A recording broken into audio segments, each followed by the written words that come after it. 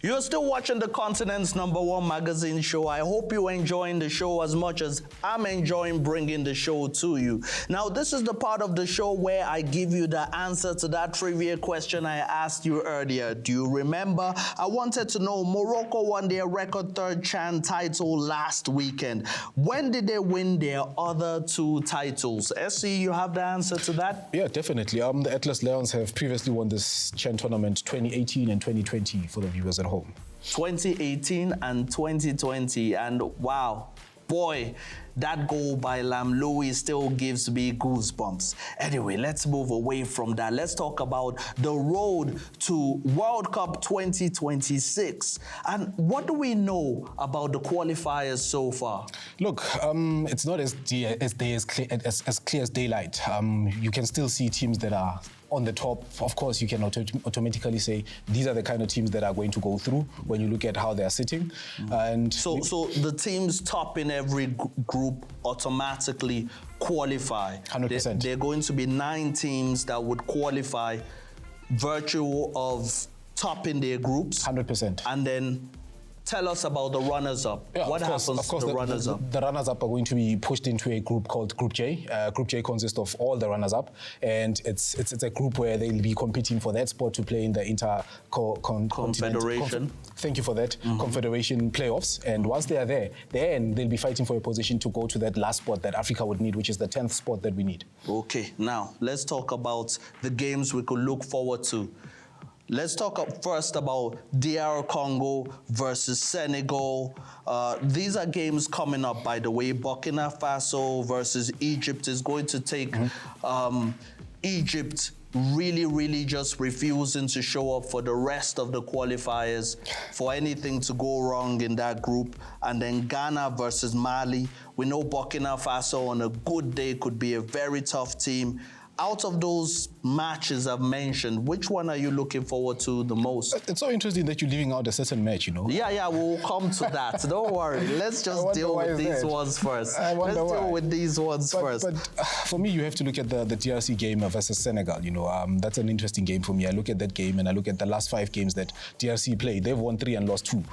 This is, of course, in the qualifiers. And you look at the two nations, they faced each other about 5 times, and DRC has won against Senegal. Not even one a game against Senegal. And well, they've conceded 12 goals in this fixture. Things could change with all that is at stake. Not a chance. For me, it's not a chance. I mean, you look at the names on the Senegalese team, they scare you. Yes. You know, when you look at those names. They have a good team, but we can argue it. That group, there's still so much to play for. Nobody can relax in that group. And the West African derby, Ghana versus Mali, is going to be interesting. Ghana, the likes of Kudus, the likes of Semenyo, they have great players. Mali also have great players. It's going to be fireworks. But now let's talk about the Afrobeat versus Amapiano derby. Now, SC, South Africa, this is a game you don't want to talk about, versus Nigeria is always a big occasion. Tell me, what do you expect from this game? Fireworks, to be honest with you. We're looking at a South African team that has a lot of injuries, and a lot of experienced campaigners are not in this team. Okay. Hugo Broos has gone out. I think for the first time in quite some time Wait a minute. I'm thinking about the 3 points that were supposed to be deducted from South Africa. What is going on with those 3 points? FIFA hasn't come out and given us any feedback with regards to that. But at the end of the day, the conversation still needs to go on. South Africa is playing Nigeria at home. And if we are playing Nigeria at home, I think you understand the mandate. From your body language, I could tell that you feel South Africa would win that game comfortably. To be quite honest with you, I'm not that much confident when I look at this fixture. Why is that? I'll tell you why. For a change, I look at the squad and I say, Hugo Broos doesn't have the experienced campaigners, as I said earlier on. You know, he's got young boys in the team. He's got a few experienced players in the team, and it looks like a team that is well trying to fix itself. And of course, you have to look at key players such as Debo Mokoena, who's obviously going to be central into the team. There's an interesting player for me. I look at Mbegazile Mbogazi, the young Pirates captain. I think he's going to be interesting to look at. You look at how he commands the lineup, and in terms of the defensive structures that he brings, the technical abilities, the strength that he has. I think Osimhen is going to be scared to come up against this guy. But also, when you look at the Nigerian team as well, you need to look at players such as Ademola Lookman. What a player.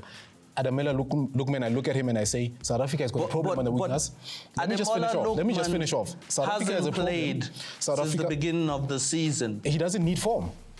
And you look at what is happening on the wingers of South Africa, it's question marks raised, you know. If you look at the wingers that were chosen in this squad for South Africa, you're looking at Obi Modiba. Point reference a game such as the Kaizer Chiefs game that they played in the league. He was poor in that game. I think Lilepo took him on, but coming back into the national team, let's hope that he'll be able to face such a player such as Ademola Lookman and Victor Osimhen as well. So for me, I look at that and I say, I'm going to give this game a draw in actual fact. Can put my head on the block and say that. Okay, well, on next week's show, definitely we'll review all that was said by SC. There's no way for him to run. But you didn't ask me about Eric Scheller, whom I've been bashing all the time. Yeah, no, I don't need to ask you. I know how you feel about him. But yeah, let me get your predictions. South Africa versus Nigeria quickly. I already did say it's a 1-1 draw for me. Okay, well, next week we'll be giving you how the groups look because we're going to be assessing the teams that have 1 foot already on the way to USA, Canada, and Mexico. What an exciting time to be an African football fan. Till next time, from me, Adelani, Ninitanda Nonke Kakulu.